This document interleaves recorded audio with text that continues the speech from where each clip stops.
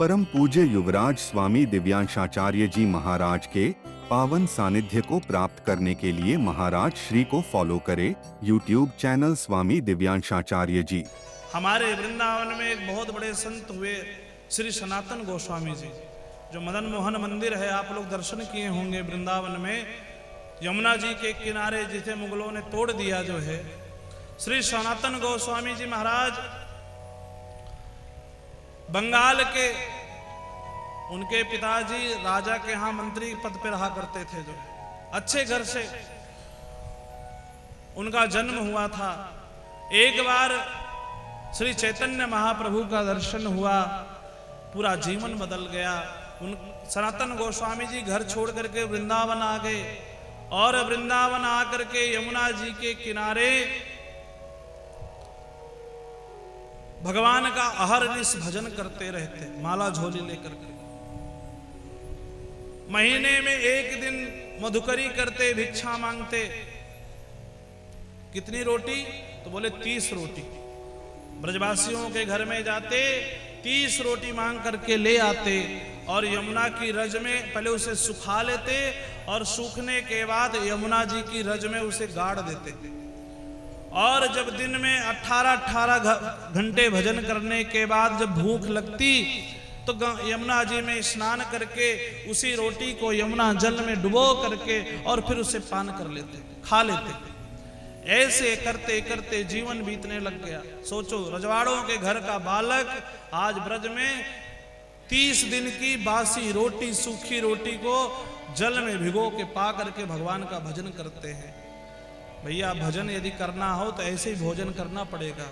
राजसी भोजन करोगे, रोज छनन मनन होगा, घर में भजन नहीं होगा। सात्विक भोजन करोगे तभी भजन होगा। एक दिन भिक्षाटन करने के लिए मथुरा गए, एक माता जी के घर में देखा तो माता जी एक छोटे से ठाकुर जी की सेवा कर रही थी, जिनका नाम मदन मोहन भगवान था। इतने सुंदर ठाकुर जी, सुंदर कपोल, सुंदर नासिका, कमल नयन नेत्र, अधर एकदम जैसे बिंबोष्ट, लाल लाल ठाकुर जी के दोनों होठ, एकदम छवि मनमोहिनी अपनी तरफ मन को आकर्षित कर गई। पूरे दिन खड़े होकर के निहारते रह गए। भिक्षा मांगना भूल गए कि हम भिक्षा मांगने के लिए आए हैं।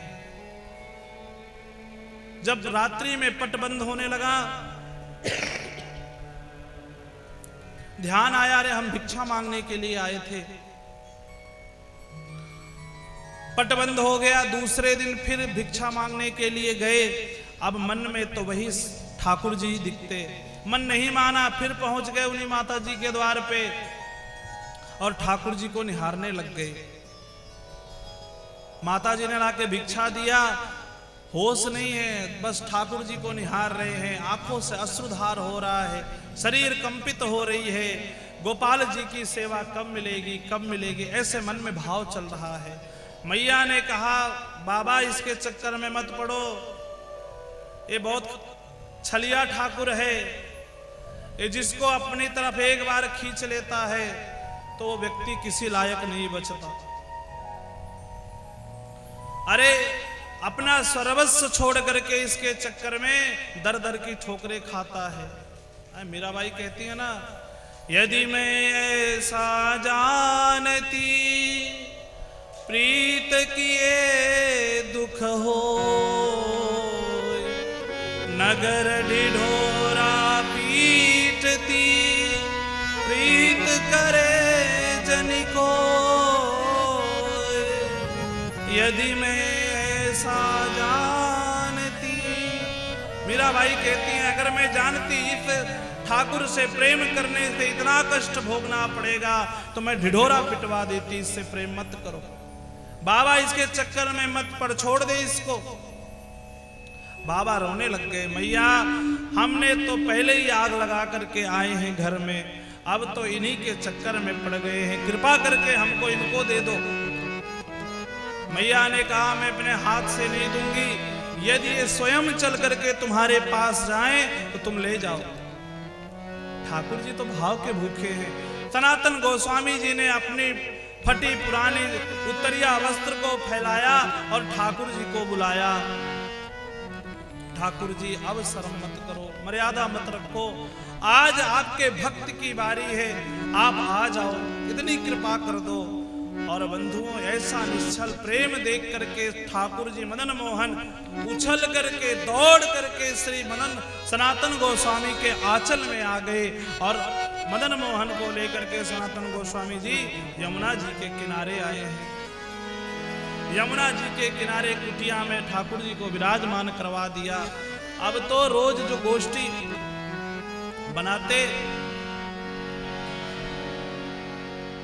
रोज जो उनको गोष्ठी जो वही भिक्षा मांग के लाते थे रोटी, तो एक दिन मन में आया कि हम तो जैसे तैसे खा लेते हैं, पर ठाकुर जी को ये झूठी रोटी नहीं खिलानी चाहिए। तब बोले आटा मांग लो। अब आटा मांग करके लाते, ठाकुर जी के लिए बाटी बनाते और बाटी बना करके, अब वहां तो कोई पात्र था नहीं, तो हाथ में रख करके ठाकुर जी को जिमाते थे और ठाकुर जी जिमते थे, खाते थे। देखो बंधुओं, हम लोग चांदी की थाल तो ले आते हैं ठाकुर जी को भोग लगाने के लिए, पर भाव खरीदने से नहीं मिलेगा। चांदी की थाल मिल जाएगी, 56 भोग मिल जाएगा, लेकिन भाव, बोले भाव तो अपने अंदर लाने से होगा, खरीदने से मिलने वाला नहीं है। एक दिन लेकिन ठाकुर जी ने लीला करी। ठाकुर जी ने कहा, बाबा हम माता जी के यहाँ थे, 56 भोग खाते थे, अब आप 56 भोग की कहाँ व्यवस्था करोगे? ये जो सूखी बाटी आप हमको खिलाते हो, नाड़ में अटकती है, थोड़ा नमक डाल दिया करो तो नमकीन लगेगी तो अच्छी लगेगी, तो हम और खा लिया करेंगे। सनातन गोस्वामी जी महाराज के मन में आया, बाबा भगवान तो नमक ही तो मांग रहे हैं, जब आटा मांगेंगे तो नमक भी मांग लेंगे। अब नमक मांग करके लाने लग गए। कुछ दिन तक नमक डाल करके बाटी बना करके ठाकुर जी को भोग लगाने लग गए। फिर एक दिन ठाकुर जी ने लीला करी, बाबा आपने नमक तो डाल दिया, बड़ा आनंद आ रहा पाने में, लेकिन सूखी बाटी गले में अटक जाती है। यदि बाटी में थोड़ा घी लग जाए तो ये तुरंत अंदर चली जाया करेगी। अब तो सनातन गोस्वामी सावधान हो गए, बोले माता जी सही कह रही थी, तुम छलिया ठाकुर हो, कल नमक मांगे आज घी मांग रहे हो, कल रबड़ी मांगोगे फिर पूड़ी मांगोगे, तो हे ठाकुर मैं आपका भजन करूंगा कि आपके भोग की व्यवस्था करूंगा।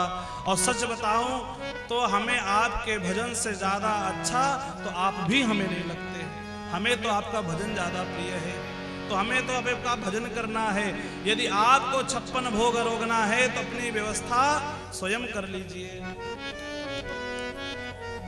भगवान ने कहा कर ले, बोले हाँ कर लो।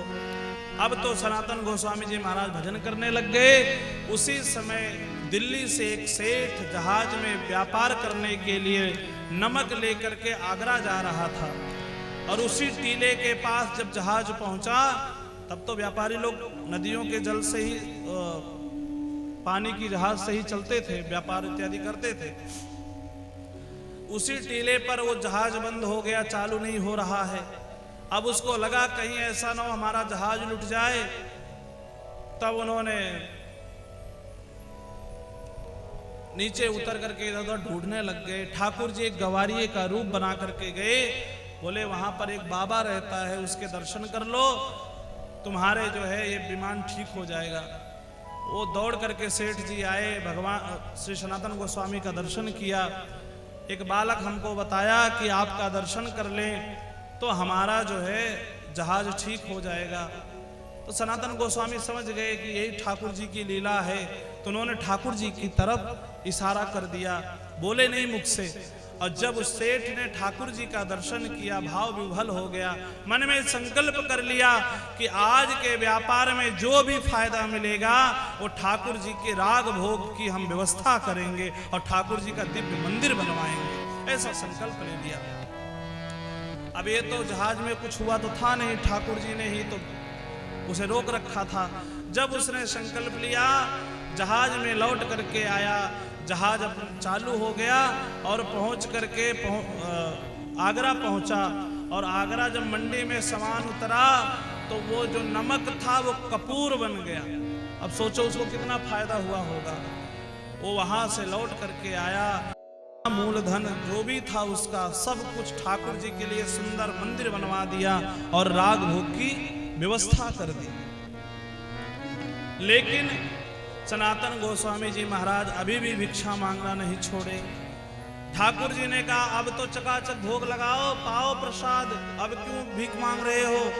बोले ठाकुर जी आप महाराज हो, आपको ये शोभा देता है, लेकिन हमें ये शोभा नहीं देता। हम तो अब दूर से आपका दर्शन कर लिया करेंगे, नहीं कुछ तो पाओ। तो बोले ठीक है। तो क्या करते, जो भगवान के लिए रोटी बनती, जो आटा बच जाता, उसमें एक बाटी बनाते और बाटी को सेक करके भगवान के 7 बार ऐसे ऐसे घुमाते और घुमा कर वही तोड़ करके पा लेते। तो ठाकुर जी हंसने लग गए, बोले ये क्या है?